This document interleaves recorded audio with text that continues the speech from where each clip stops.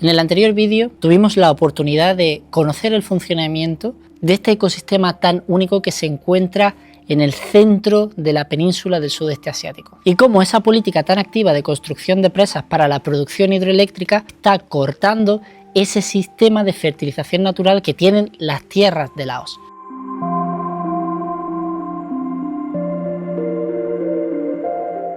¿Y cuál sería el otro método que existe para cortocircuitar ese sistema de fertilización natural que tienen los campos de Laos? Pues muy sencillo, a través de cómo se realiza la gestión forestal en todo el territorio de Laos.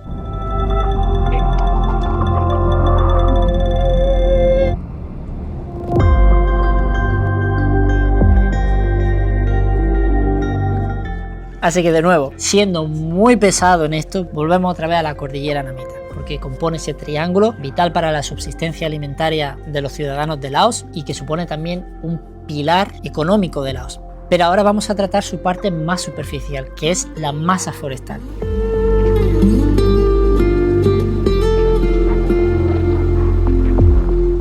En los círculos defensores del medio ambiente, sobre todo aquellos que tienen una visión un poco más internacional, sus ojos están puestos en cómo estos bosques, no solo de Laos, sino sobre todo de Myanmar, están en peligro por las prácticas de deforestación que se están llevando a cabo, muchas de ellas ilegales. En nuestro caso nos vamos a centrar en la deforestación legal, que son la plantación de monocultivos de teca y de caucho.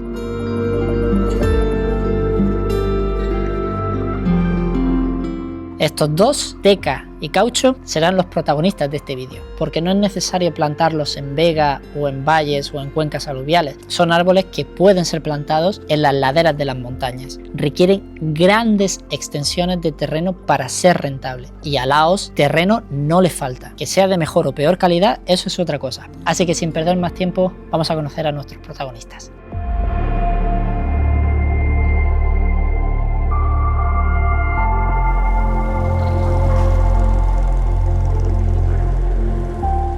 La teca es un árbol originario de esta región, es originario de la India, de Myanmar, de las repúblicas de Laos y Tailandia. No es una madera que se destine para la producción de papel, cartón, la producción de celulosa. Al contrario, su madera es de una altísima calidad. Estamos hablando de una madera muy dura, es una madera muy resistente, que para los locales es usada, pues, por ejemplo, para la construcción de barcazas.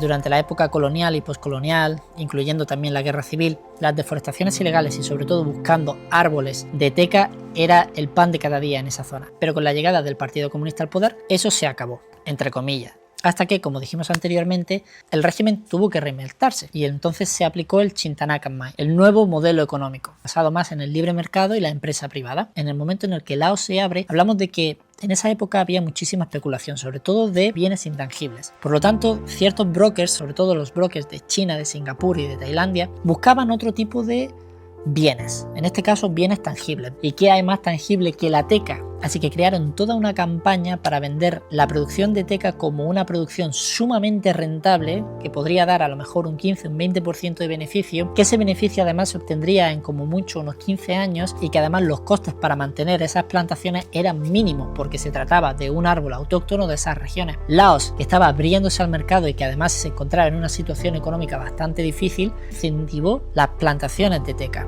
Pero obviamente al ser un bien tangible la realidad llega pronto, y en el momento en el que los inversores, después de esos 15 años, buscaban el retorno de su inversión más el 10 o el 15% de beneficio, pues se encontraron con la cruda realidad. La cruda realidad es que la teca no es tan rentable como se vendió. Ni Laos contaba con la infraestructura y la logística necesaria para devolver esos beneficios. Pero como suele ocurrir en este tipo de situaciones, aquí nadie tiene la culpa, y quien se lleva el dinero calentito obviamente son los brokers y todas esas compañías que cotizaban en Singapur, en Malasia, en Tailandia y en China.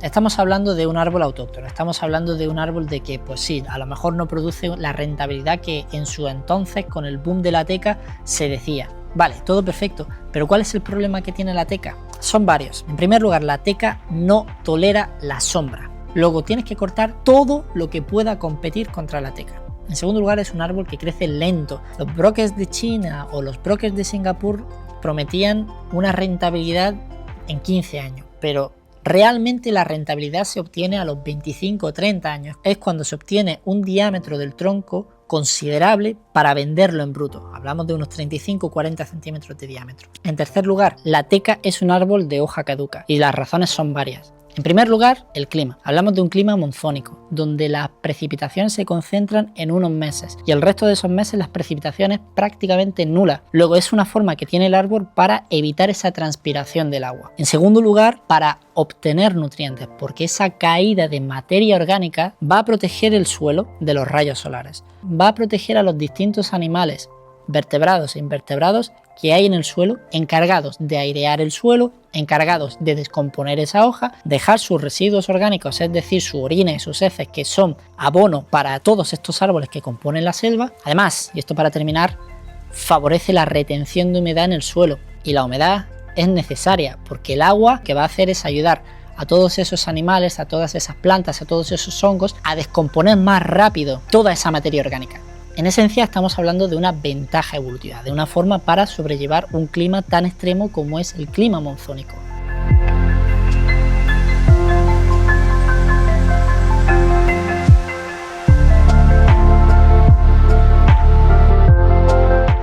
La naturaleza no ha diseñado a la teca para que cubra grandes superficies de terreno uniformemente. Luego hablamos de que en plantaciones de monocultivos de teca, esas hojas que son enormes, sobre todo en edades adultas, caen al suelo y no son capaces de degradarse. Luego el mantillo que crea el monocultivo de teca no tiene en absoluto el rol que sí tendría a lo mejor árboles de teca esparcidos por la selva. Al contrario, supone más un estorbo que un beneficio para el suelo, porque a fin de cuentas es un tapón que estás poniendo en el suelo. De ese modo lo que estás impidiendo es que los rayos incidan directamente en el suelo, que acelere el proceso de descomposición de materia orgánica, que permita el crecimiento de otras especies y que permita la oxigenación del suelo. ¿Qué hacen los agricultores de esa zona? Una práctica milenaria que es relativamente eficiente, que es barata y que es rápida: quemar el terreno.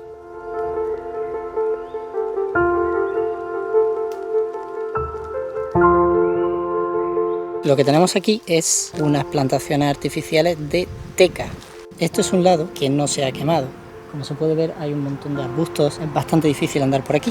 Sin embargo, tenemos el otro lado, que es el que ha sido quemado y es totalmente accesible, no hay ningún problema. Y precisamente la gente quema el suelo por esto. Esta práctica es muy común aquí. De hecho, si vas por la carretera, si coges la carretera de Luang Prabang hasta las cascadas de Cuang Si, vas a ver un montón de estas plantaciones y un montón de plantaciones que están precisamente así, totalmente quemadas. Su gestión, tal y como la estamos viendo ahora mismo, es un poco complicada. No quiere decir de que la gente no deba plantar teca, que no sea una forma de silvicultura, pero hay formas mejores. El caso es que cuando tú vas conduciendo por esta zona vas encontrando un montón de lugares donde al fondo está humeando, y es precisamente porque hay este tipo de incendios. Pero sí, es bastante peligroso porque, como digo, está bastante seco aquí. Como la teca resiste muy bien el fuego, pues entonces no importa quemar toda la tierra, porque a fin de cuentas sabes que la madera de la teca es muy resistente.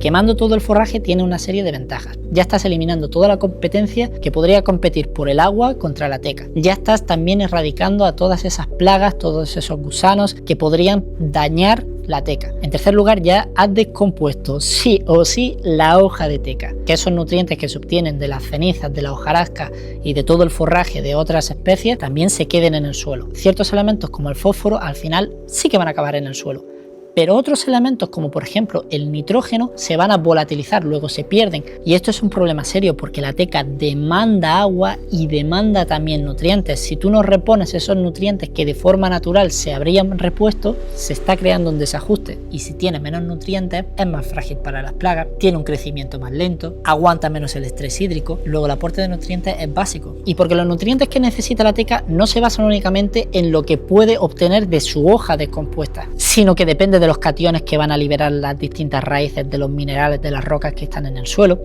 sino que va a depender también de esas hojas de bambú que van a liberar en cuestión de meses ese fósforo que necesita la teca para retener agua, y así podemos seguir.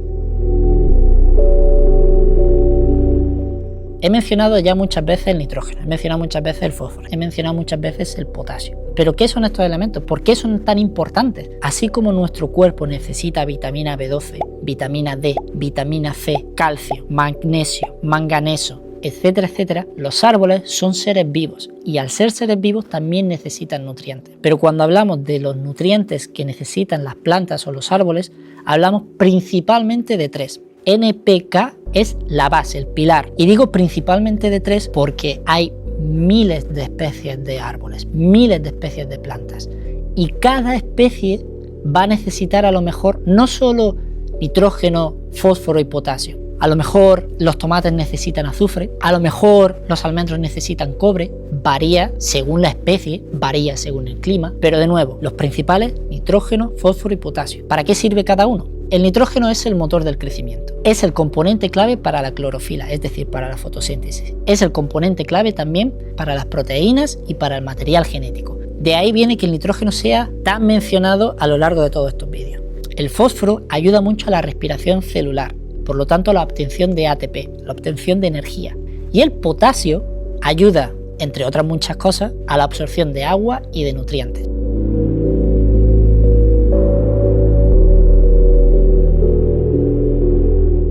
Esto tiene también efectos contraproducentes. Te estás deshaciendo de toda esa fauna que ayuda a airear el suelo, que ayuda a descomponer todavía más las hojas, que ayuda, por ejemplo, a captar ese nitrógeno que no has captado. Otro impacto es que dejas al suelo totalmente al descubierto. Lo dejas totalmente descubierto de los rayos solares. Lo dejas totalmente descubierto de esas lluvias torrenciales que llegarán en su momento. Pero no solo el suelo, también los animales. Si no tienen un refugio donde poder esconderse de ese sol abrasador del sudeste asiático, pues obviamente no van a hacer acto de presencia por allí. Y ya para acabar, en España diríamos que hay como calima, pero es constante, día tras día, haga viento, llueva, es increíble, no se va. Esto no es solo de Laos, es también de Tailandia y también de Camboya y de Vietnam seguramente. No sé, no estoy muy al tanto de Vietnam, pero en Tailandia dicen que es todavía peor. Toda esa quema no solo produce dióxido de carbono, sino que también produce unas partículas microscópicas que si las respiras van a parar al torrente sanguíneo y muchas de ellas son cancerígenas. Hacer esta práctica durante la temporada seca no ayuda porque no hay precipitaciones para que todas esas partículas, para que todo ese dióxido de carbono precipite. Luego es un modelo que tiene unas poquitas ventajas pero muchísimos inconvenientes. ¿Podría evitarse? Podría evitarse, todo se puede evitar.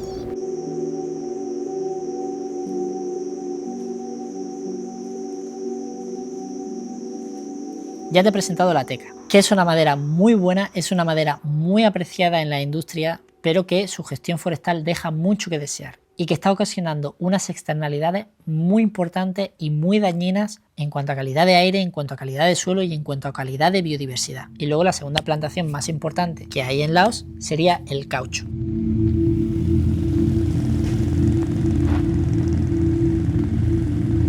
A diferencia del Luang Prabang, cuando vas yendo por la carretera lo que te vas encontrando no es tanto teca, que sí es cierto que te encuentras teca, pero sobre todo lo que te encuentras son árboles de caucho. ¿Cómo se distinguen? Pues básicamente en esta época del año la teca ha perdido su hoja y el caucho de Pará pierde un poco las hojas, sobre todo se vuelve un poco más rojizo en la copa, pero se ven como grandes superficies verdes. Esa superficie es el caucho. El caucho de Pará no es autóctono de esta zona, proviene del Amazonas, pero fue precisamente en la época colonial cuando los franceses vieron que este árbol se adaptaba relativamente bien a las condiciones climáticas que había en estos países, en Tailandia, en Laos, en Vietnam. En el caucho no interesa la madera, lo que interesa es una sustancia que produce el árbol de forma natural que se llama látex. Tanto la resina como el látex tienen en común su forma de extracción. En esencia, retirar la corteza, hacer una punzada en el tronco, dejar un cuenquecito y que por lo tanto esa sustancia blanca viscosa vaya precipitando poco a poco en ese cuenco. Este proceso se llama sangrar el árbol.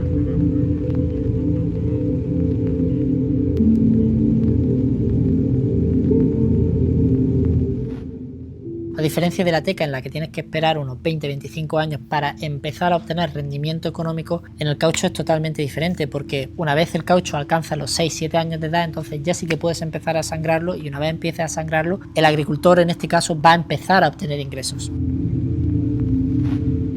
Ahora ponte a pensar en algo. Literalmente es extraer de él una sustancia que para el árbol sería así como su sistema inmunológico, y tú lo que estás haciendo es retirarle poco a poco, día a día, una cierta cantidad de látex. Que eso, traducido, significa en retirarle diariamente una serie de nutrientes que el árbol va a demandar sí o sí, de cualquier manera. Luego la demanda de agua y la demanda de nutrientes es muchísimo mayor que la demanda que tiene la teca, por ejemplo.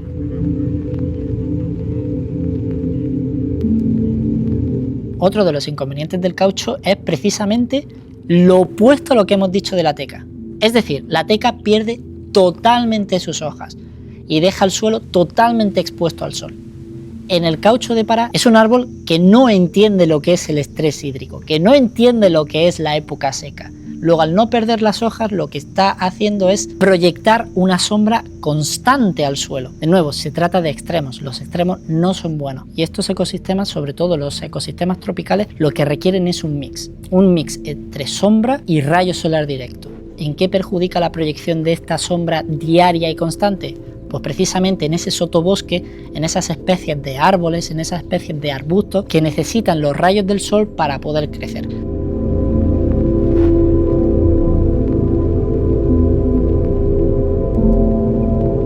Ahora paramos un momento y pensamos, ¿qué tienen que ver estos cultivos en cuanto a la pérdida de soberanía de Laos? Tenemos que mencionar a estos dos actores porque, de nuevo, por tercera o cuarta vez, los extremos no son buenos. La gestión forestal en las montañas de Laos es vital para que ese ciclo de nutrientes, para que ese ciclo de minerales que van a parar al río y que van a alimentar a esas diatomeas y que van a alimentar a esos macroinvertebrados y que van a alimentar a esos peces y que van a ser el sustento de familias enteras durante la temporada húmeda que se dedican a la pesca y que van a ser un elemento más, si no el principal fertilizador de esos cultivos de arroz, si hablamos de toda esta cadena, si hablamos de todo este ciclo, definitivamente tenemos que hablar de la teca y del caucho como esa barrera no física como la presa, pero sí ambiental para que este proceso se corte.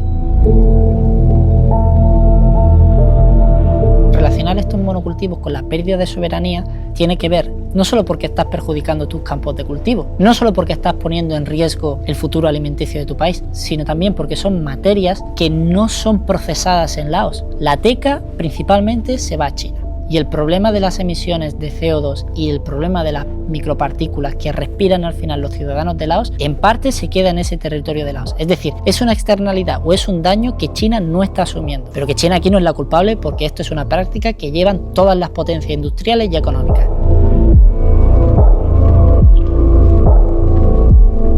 Hemos dicho que para cortocircuitar este sistema de fertilización natural tenemos dos formas de hacerlo. Construcción incansable de presas, monocultivos de teca y caucho que sustituyen a esa masa de selva natural responsable del sustento del ecosistema y la vida en todo este territorio. Pero ¿y si te dijera que hay una tercera?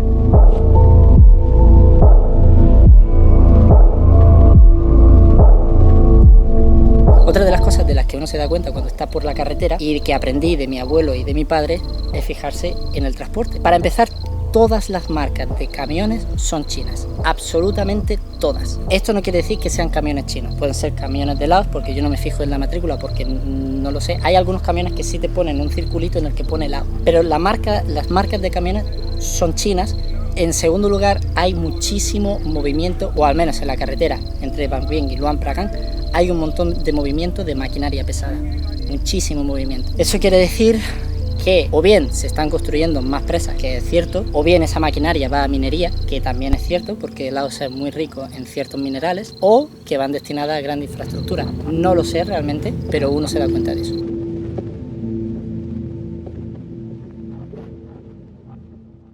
En toda esa formación geológica de hace millones de años se esconde cobre, hierro, oro, bauxita y la más importante que se ha encontrado en los últimos años, potasa. Laos está en el top 10 de países con más recursos de potasa. La potasa es, en esencia, potasio. ¿Y de qué hemos estado hablando a lo largo del vídeo? NPK es la base, el pilar.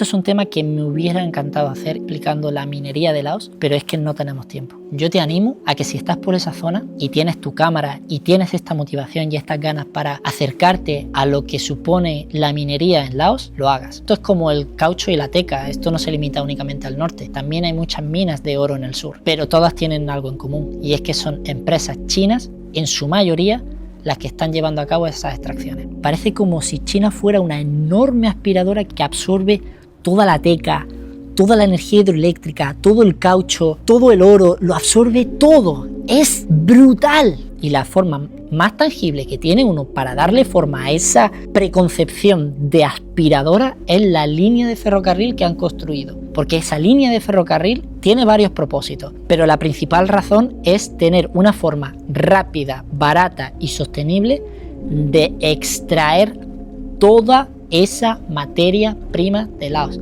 Y ojo, porque estás por Laos y sus ciudadanos son conscientes de ello y el gobierno también es consciente de ello. Pero ¿qué pasa? Que Laos ha sido un país que ha estado aislado de toda esfera internacional durante muchísimos años y ahora que se están abriendo, el único interesado para construir infraestructuras en un país que obviamente tiene sus problemas de corrupción y obviamente tiene sus problemas de balanza comercial, etcétera, etcétera, es China. Es una tragicomedia porque es como si Laos no tuviera otra alternativa. Laos tiene una deuda enorme con China, cierto, pero ¿y dónde están las alternativas? ¿Dónde están el resto de países?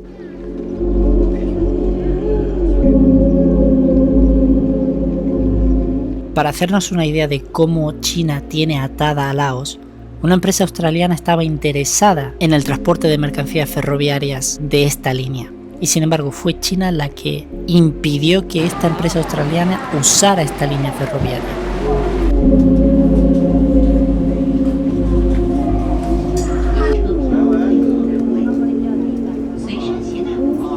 Así de tristes son las dinámicas de poder. Una línea ferroviaria que es estratégica para Laos está subordinada a los intereses de China.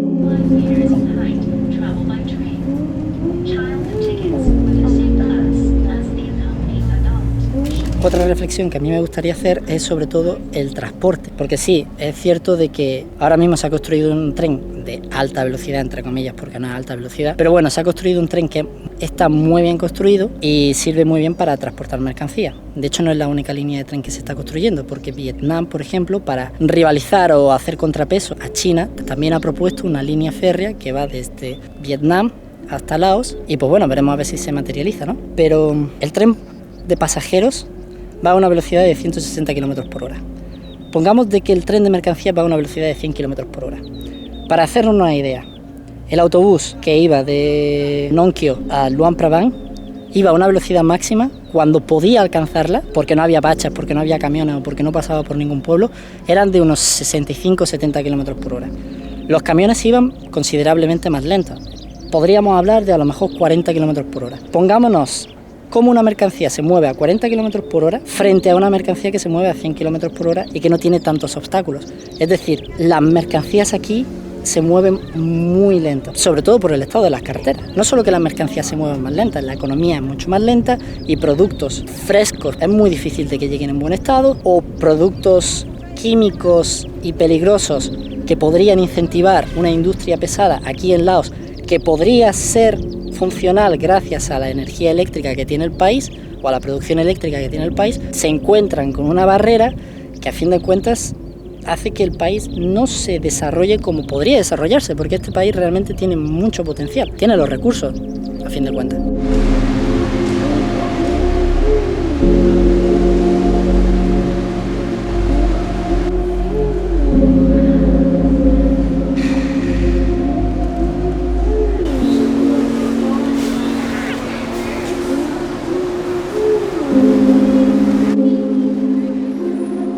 Nuestro viaje continúa.